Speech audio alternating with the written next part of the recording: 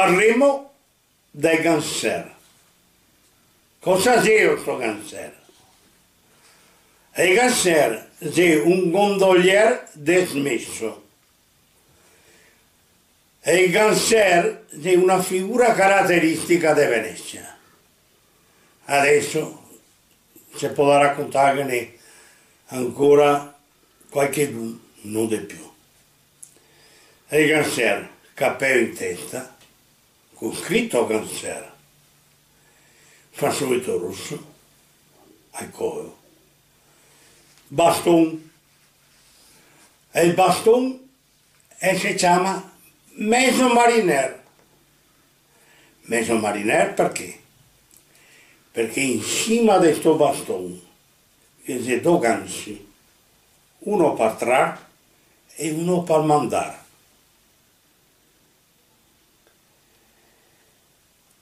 E a gara chi faceva? Fra le ori, allora quando chi era più di uno, che era tanti, era di rivestire questo Maison Mariner di legno, che di altezza sarà stato 1,60 m, 1,70 m, chi che lo metteva in raso, chi in velluto, chi che lo addobbava con delle cose di oro, di corda, chi che addobbava mettendo che medaglie, medaggette, schetti, impiantava, i teniva duri quei brocche. Questi erano i canceri, che viveva, allora, solo con le mance che dava i foresti, perché gli tirava la gondola e porgeva il braccio, e ora lui si attaccava e metteva i piedi a riva, ma il capello di paglia gli rimane qui dentro. E era una figura, diremo così, fiarufiana, ma caratteristica.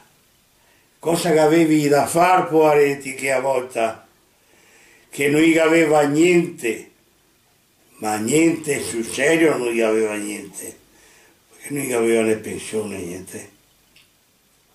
E una volta che arrivava, vecchi, chi veniva messi da parte, gli faceva proprio questo mestiere qua, il cancer.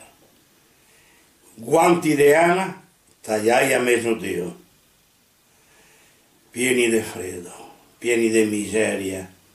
E la moglie Poaretta, che suonava la campana del mezzogiorno, e andava a portargli, mi pare ancora perché mi ero figlio, ma mi ricordo che ancora si usava, e andava a portargli da mangiare una supierita che ha di ministrina calda, andava in osteria, si sentava e dopo tornava ed era proprio commovente, veramente commovente.